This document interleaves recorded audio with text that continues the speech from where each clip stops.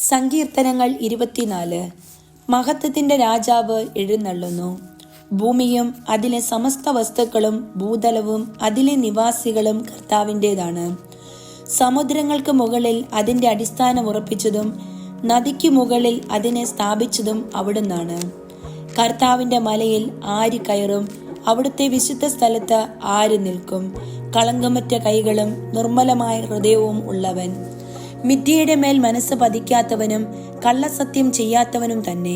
അവന്റെ മേൽ കർത്താവ് അനുഗ്രഹം ചൊരിയും. രക്ഷകനായ ദൈവം അവന് നീതി നടത്തി കൊടുക്കും. ഇപ്രകാരമുള്ളവരാണ് അവിടുത്തെ അന്വേഷിക്കുന്നവരുടെ തലമുറ. അവരാണ് യാക്കോബിന്റെ ദൈവത്തെ തേടുന്നത്. കവാടങ്ങളെ ശിരസുയർത്തുവിൻ, പുരാതന കവാടങ്ങളെ ഉയർന്നു നിൽക്കുവിൻ. മഹത്വത്തിന്റെ രാജാവ് പ്രവേശിക്കട്ടെ. ആരാണ് ഈ മഹത്വത്തിന്റെ രാജാവ്?